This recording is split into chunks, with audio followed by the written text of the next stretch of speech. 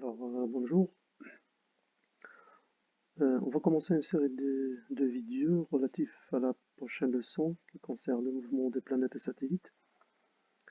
Alors, on va commencer par une vue historique sur les premières lois qui ont été introduites pour essayer de décrire le mouvement des planètes autour du Soleil, pardon. Alors, le premier qui a établi des lois qui se sont avérées après comme étant des lois qui peuvent décrire la réalité avec une précision acceptable, c'était Kepler. Kepler, par observation directe, il a établi trois lois. On les appelle les lois de Kepler, les trois lois de Kepler. Alors, on va essayer de les décrire par ordre. Alors, la première loi qui a été établie, c'est la loi des orbites. Alors, Kepler, par observation du mouvement des planètes, il a observé que la trajectoire d'une planète autour du Soleil, c'est pas un cercle, mais c'est une ellipse, c'est-à-dire une forme ovale, et le Soleil n'occupe pas le centre de, de l'ellipse, mais il occupe un des deux points qui s'appellent les foyers. Alors chaque ellipse elle a deux foyers, dans ce schéma ce sont Fs, mais le centre c'est ici. Bon, en réalité ils doivent être symétriques, donc je dois corriger. Les deux foyers sont symétriques par rapport à l'origine, ou le centre. Donc, voilà la première loi. Mais ça n'empêche qu'il y a certaines planètes qui ont des orbites qui ne sont pas très ovales, qui sont presque circulaires, comme la Terre. Dans ce cas, les deux foyers et le centre sont tellement proches qu'après on va considérer que ce sont confondus, donc on va considérer que la trajectoire est circulaire. Donc voilà la première loi de Kepler. C'est la loi des orbites elliptiques. Alors, passons à la deuxième loi. Alors, cette deuxième loi, elle s'appelle la loi des airs, en arabe, Qanun Misahat. Alors, Kepler, par observation, ces observations se sont déroulées durant une très longue de dizaines d'années, elle a établi que la surface balayée par le rayon SP, c'est-à-dire, voilà, c'est le rayon qui rejoignit le Soleil au centre de la planète. Si on considère que c'est un rayon matériel, alors au cours du mouvement de la planète, dans ce sens, elle balaye une surface. Alors Kepler a dit que durant les mêmes périodes de temps t, la planète doit balayer les mêmes surfaces. C'est-à-dire, supposons par exemple que la planète atteint cette position P2. Alors, si on laisse passer la même période de temps t, alors la planète doit balayer la même surface. Alors pour cela, il est obligatoire que cet arc soit plus petit que celui-là, car ici la surface est plus grande. Donc, pour que cette R, on l'appelle A2, soit égale à cette R à 1, c'est obligatoire que cet arc doit être inférieur à le premier. Alors, une des conséquences de cette loi, c'est que obligatoirement la vitesse ne peut pas être constante, car durant la première période t, la planète doit parcourir cet arc. Or, durant la même période t, elle a dû parcourir juste cet arc, qui est inférieur au premier. Ce qui fait que obligatoirement la vitesse n'est pas constante. Donc, puisque ici la distance est plus grande, donc on peut dire que lorsque la planète est plus proche du Soleil, sa vitesse est plus grande. Et à chaque fois qu'elle s'éloigne du Soleil, sa vitesse diminue. Donc on va le voir dans une animation d'ici quelques instants. Alors voilà, c'est la loi des airs.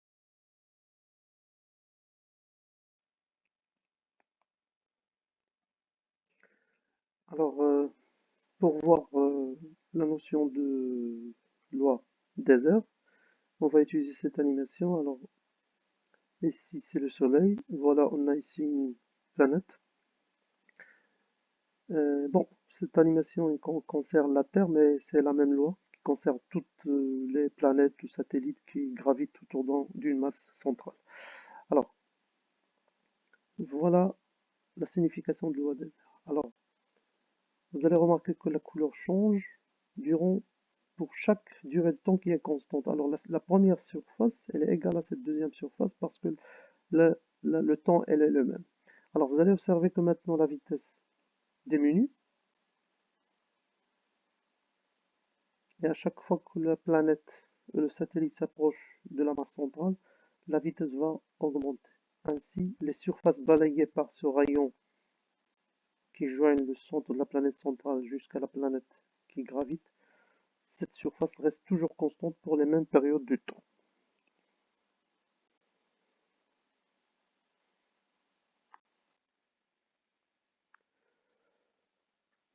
Finalement, la troisième loi de Kepler est appelée la loi des périodes. Alors, Kepler, par observation de beaucoup de planètes du système solaire, il a observé que, prenons un premier cas, une planète P1 qui orbite, qui a une orbite elliptique autour du Soleil, alors qu'il a une période T1, c'est-à-dire le temps nécessaire pour effectuer un tour complet. Bien sûr, si on prend une autre planète qui a une trajectoire plus petite, donc elle a aussi une période T2, c'est-à-dire encore une fois la durée de temps pour effectuer un tour complet. Alors, par mesure observée, Kepler a établi que la période de chaque planète, si on prend la première planète portée à la puissance 2, divisé par a à la puissance 3, avec a, pardon, ce rapport est constant. A, c'est quoi? A, c'est la moitié du demi-axe. Alors, une ellipse, elle a un grand axe, c'est celui-là. Alors, et un petit axe, c'est celui-là. Donc, le petit axe, sa largeur, c'est 2b. Alors, b, c'est cette distance. A, cette distance-là, c'est 2a. Donc, la moitié, c'est celle-là. Alors, Kepler a établi que la période au carré divisée sur a à la puissance 3, elle est constante pour toutes les planètes du système solaire. C'est-à-dire, encore une fois, si pour le cas de la deuxième planète, la période T2 à la puissance 2 divisée par A2 à la puissance 3. Alors A2 dans ce cas, c'est cette distance, qui est la moitié du grand axe. Alors le grand axe, voilà la largeur du grand axe. Alors cette distance, c'est 2A. Sa moitié, c'est A. Alors A, c'est cette distance-là. Donc T carré divisé par A2 à la puissance 3 est une constante, c'est-à-dire qu'elle est égale à la même valeur que pour la première planète. Donc ce rapport T2 carré sur A2 à la puissance 3 reste toujours constant. Alors voilà les trois lois de Kepler.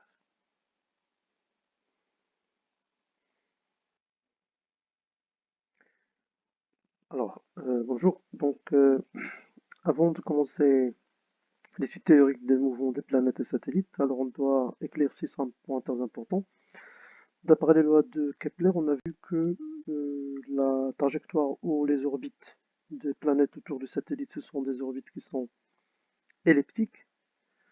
Mais dans l'étude, on va se consacrer juste dans notre programme à mouvement circulaire. Alors, mais il faut comprendre très bien la signification de cette question. Pourquoi on va étudier juste les mouvements circulaires?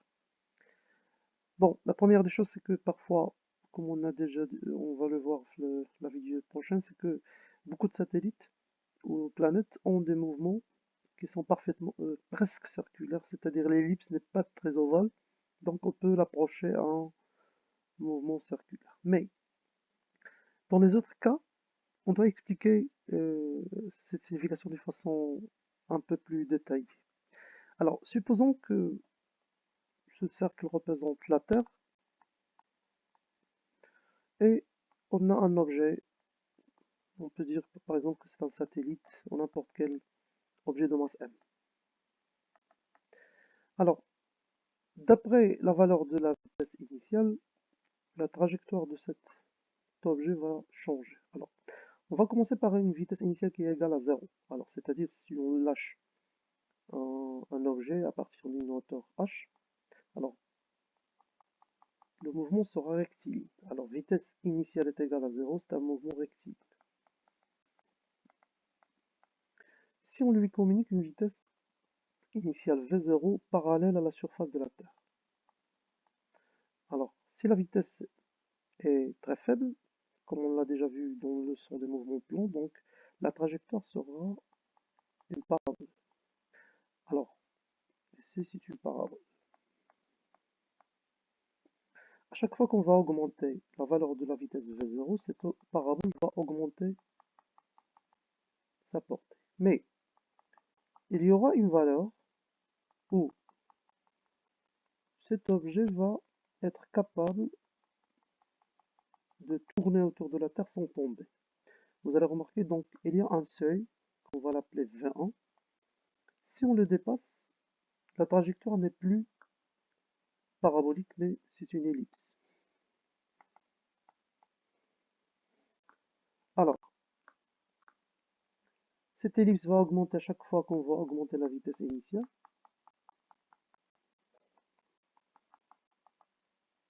Il y aura une valeur très précise qui va donner au satellite un mouvement qui est parfaitement circulaire. C'est cette valeur, on va l'appeler VC. C'est une valeur très concrète, une seule valeur, c'est pas un intervalle, où le mouvement est parfaitement circulaire. Si on augmente la vitesse un peu plus que cette valeur, alors la trajectoire devient encore une fois elliptique. Donc ici, le mouvement, si on augmente la vitesse initiale, ça va devenir des trajectoires elliptiques. Bon, il y a d'autres situations, mais on ne va pas s'y intéresser. Ce qui nous intéresse, c'est cette valeur. C'est-à-dire, pour un mouvement ou une hauteur donnée, il existe une valeur Vc très précise qui est relative à cette hauteur h, qui va donner au satellite ou à un objet quelconque un mouvement parfaitement circulaire. Alors, cette valeur, c'est ce cas qu'on va étudier, c'est-à-dire cette valeur très précise qui donne au satellite ou bien aux planètes des mouvements parfaitement circulaires. Donc, pour résumer, on va étudier deux cas. Ou bien un mouvement d'une planète qui est elliptique, mais un ellipse qui n'est pas très ovale, on peut l'assimiler à un cercle, donc dans ce cas on parle d'une approximation. Mais dans le cas surtout des satellites, ce ne sera pas une approximation, mais il y a des cas où si on donne une valeur très précise à un satellite, alors ce mouvement est parfaitement circulaire.